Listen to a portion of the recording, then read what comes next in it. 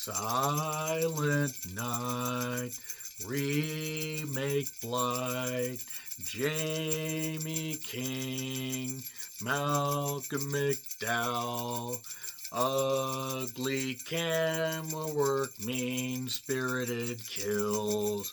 What was the story with plot holes to fill? Such a terrible remake. What the fuck was this flick? Silent Night 2012 is a somewhat invasively soft reboot remake of the 1984 classic, I guess. You know, that had Billy, don't be a hero, going on a rampage eventually, and then that led to part 2 with Garbage Day, and yeah, there are a few other references that are included in this film that came and went with barely a whimper. It cost $5 million and was so goddamn badly received, it barely made a dent at the box office. It was directed by Stephen C. Miller, who did Escape Plan 2. Yes, they did a second one, believe it or not, and Werewolves. And once I saw that, that actually made a whole lot of sense as to why I thought this film really fucking sucked. I actually had seen this movie a number of years ago when it first hit streaming, but it totally left my mind. And after rewatching it, I can definitely see why, because this is fucking lame as hell. I don't mind gritty, over-the-top, violent horror movies, especially if they're remakes, because you can have some fun with that. But this reminds me a bit of the Black Christmas 2006 movie, where they said, okay, we're going to get people together, we're going to have over-the-top kills, while doing basically a more violent uptake of a shot-for-shot film that was pretty well received in 1974. And look, to be honest, the 1984 film is not high class. It's barely low class, but it has fun. And even upon rewatching all the films, well, including watching 4 and 5 that I'd never actually seen before, this is way on the lower tier. I mean, this is so goddamn bad with such an obvious twist. There's no way that nobody could see this coming. And the thing is, it takes itself way too goddamn seriously, despite trying to inject some humor into it. None of the jokes land. Malcolm McDowell seemingly is either drunk or just phoning it the fuck in because he doesn't care. Jamie King being your heroine in this, and all due respect to her, she's a fine actress when she's not the lead. This wasn't it. This was not it, Chief. So, if you haven't seen this movie, that's pretty much all I have to say. It's you got a killer Santa with ties to this particular small Midwestern town, and that's it. So, yeah, now it's time to spoil everything, because there isn't really a lot to spoil, but the movie has been out 13 years, so I figured I'd give you a warning. We have Santa Jim that's doing all the killing, and we find out why a little bit later on. Donald Logue, who has been in some better films than this. We have Rick Skeen, who plays Ronald Jones Jr. and Sr. I don't know necessarily how. Ellen Wong, who plays Brenda, and then you have Andrew Kekone, who plays Deputy Giles, not to be confused with the Giles from Buffy, and Courtney Jane White, who, boy, her as Tiffany, she was cute. So was Courtney with no U, Palm, who plays Maria. You got to see her, and you got to see most of her. And Lisa Marie, who was in Ed Wood. Yeah, you'll recognize her. It's actually hard to believe that she's 57. She was in her mid-40s by this point. And Brandon Fair, or Fur, or whatever. Maybe he didn't fare too well. So yeah, it literally only made like 130,000 worldwide. Now, maybe it only got released in theaters for like a week and had no market. I remember seeing advertising for it, and you would think that something that's a Christmas horror movie would at least make $1 million. Maybe it was only released in like 2 theaters. So, this had 14 executive producers, 2 co-executive producers, and 5 producers. Apparently, everybody just found money in their couch cushion to fund this thing. And then they found a sucker of a studio. Anchor Bay Films, I believe, is the main studio featured. And a guy is trapped in a basement while a woman is bound and gagged while a Santa, almost said a senator, could be the same thing really with the creeps that we have in politics now, but a Santa-clad killer kills a guy by electrocution that has a bunch of lights around him. It turns out he's actually a deputy, Deputy Jordan. And it turns out that Aubrey, played by Jamie King, she's named Audrey Bradamore. That name will factor in a little bit later. She lost her husband recently, I guess. There's a thing that she can't figure out for this crossword. It's a six-sided, it's a six-sided thing with 9 letters. Not a hexagon. It actually turns out to be a snowflake, by the way, since I'm in the spoiler section. And I do note, Courtney is Tiffany. I mean, my word, what a pretty blonde she is. So,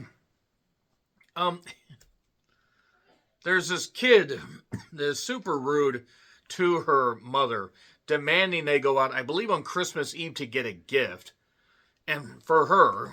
And she says, "Oh well, get your purse and let's go." Let me tell you right now, I talked to my parents like that, they would have put me in a frickin' ground.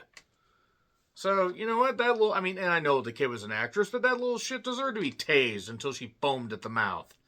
But what should happen to all that decide to talk back to their parents, especially if their parents haven't done anything wrong?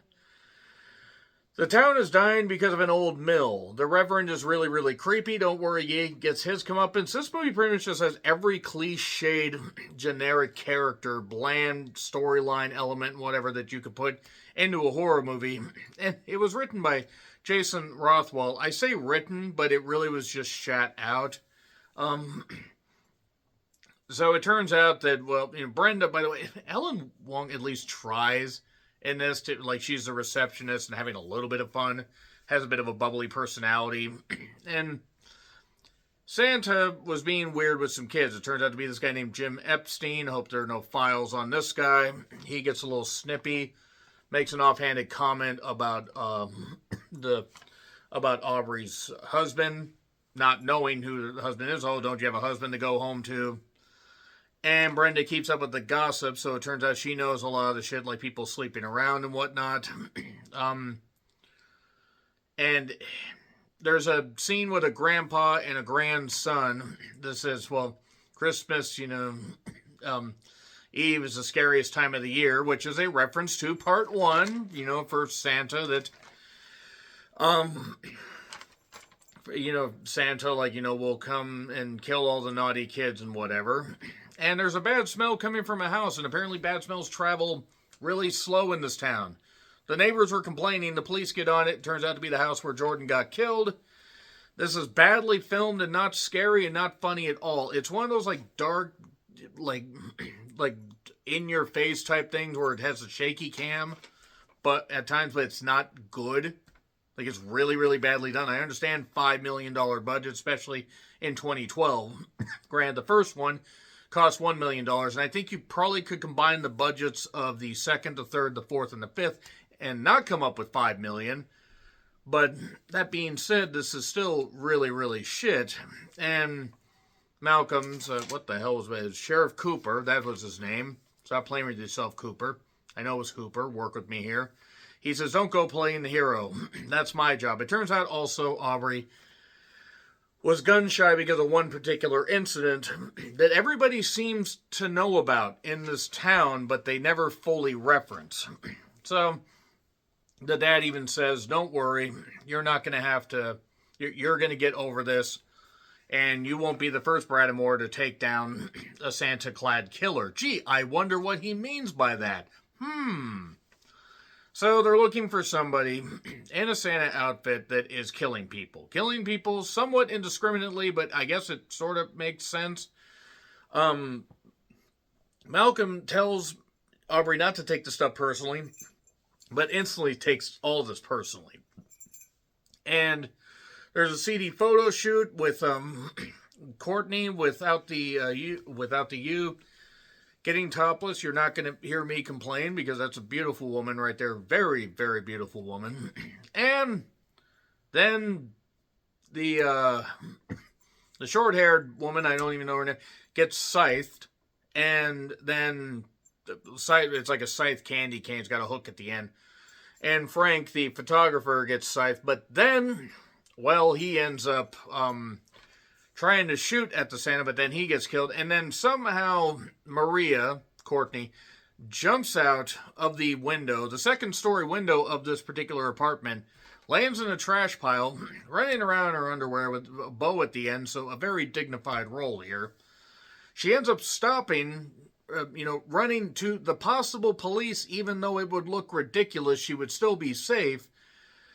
And she gets her her lower leg cut off, and then that gets shoved into a wood chipper that's suddenly active, and then she gets shoved in the wood chipper. Again, mean-spiritedness, because I'm like, okay, and the ends don't justify the means, by the way, or the explanation doesn't justify the means. It turns out this mill closed, so people are really struggling for work, I guess. There's this one named Carson with 2 S's, so he's double screwed. That is a line from Malcolm McDowell because he doesn't give a fuck. And also, the preacher is really, really creepy towards the girls that are dressed up like little whore versions of Mrs. Claus, including Tiffany. And yeah, Santa's harlots, as they were called, or as I coined them. Santa, or sin, is the body of Christmas, or the main theme of Christmas. And he killed the pastor, didn't kill the lady, handed the old lady that was there. She wouldn't tell anybody, handed her the collection plate money, which wasn't much because it's a small church and also the town's dying, but there's a character named Mr. Snow is possibly the guy, Jim Snow. It's like Jim Crow, except I think the laws don't apply to this. So, there's this guy Stein Carson with a K. He says, "Oh, Christmas will fuck you up." Talked about this one story of this guy that found out his wife was cheating on him, went and set the boyfriend on fire, and ended up getting shot. Did it with a flamethrower and all that. But then he got shot. He got shot by one of the cops. Gee, I wonder who the cop was. So, he said the word naughty, harkening back to the other films, or the first 2. The third, they didn't really do all that much with it. And wouldn't be the first time a Bradamore had to kill a Santa, bring down a Santa. So, Joe this character named Joe makes an offhanded comment about, this guy being found dead. A little bit weird. And her one fuck-up still haunts her. And the mayor got killed by being strangled with Christmas lights. Then Tiffany's boyfriend, who I think was the one that was... was he the one that was with the grandpa? I actually don't know. Were they just putting people in these movies? Because some of these characters all look alike and they're all badly shot. Tiffany then got impaled on antlers. And yeah, that's basically... The kid didn't end up getting killed. So he's not as good as Art the Clown. Those kids deserved it, by the way. That's in Terrifier 3. It's Epstein, except it's not. He got arrested, but all he does is just spout conspiracy theory stuff and everything and try to, say, I'll sue, I'll do all this, because I got rights, and poorly written character, poorly performed character. So, it's Carson. Well, no, it's not Carson, because he tries to shoot Aubrey. She shoots him in the head. So that's it. It's actually none of these guys. They're just all creeps. It turns out to be this Santa Jim character. And we find out who Santa Jim is at the very end of the movie. You're fully checked out well before that, but there we are. By the way, the gift boxes are, marking people because their parents got one. It's all the victims, and even the sheriff got one. And before Giles got killed, he says, "What is this, garbage day? Aha, aha, ha, ha, ha, aha, aha, aha, aha." So, the dad ends up getting killed. She rescues the mother. Why is the dad dead? Why was the dad killed so violently? Gee, I wonder why. So Epstein then gets attacked because he gets let out of jail because the power went out and he got free to do what he wants, such as die.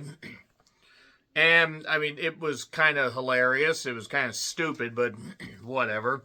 Aubrey and Santa have an axe lightsaber fight. And, Malcolm McDowell also got set on fire during all this stuff, so he got torched, which that's probably the most dignified exit he could have. So the flamethrower is left there and apparently shut off, and Aubrey sets Santa Jim on fire. Okay. She ends up getting Brenda, so Brenda lives. Hooray. We're all named Brenda. And there we go. That's it. Oh, and the guy didn't die. He's burned. He has half of his face burned. Really bad makeup effects. You could just totally see it was just plaster.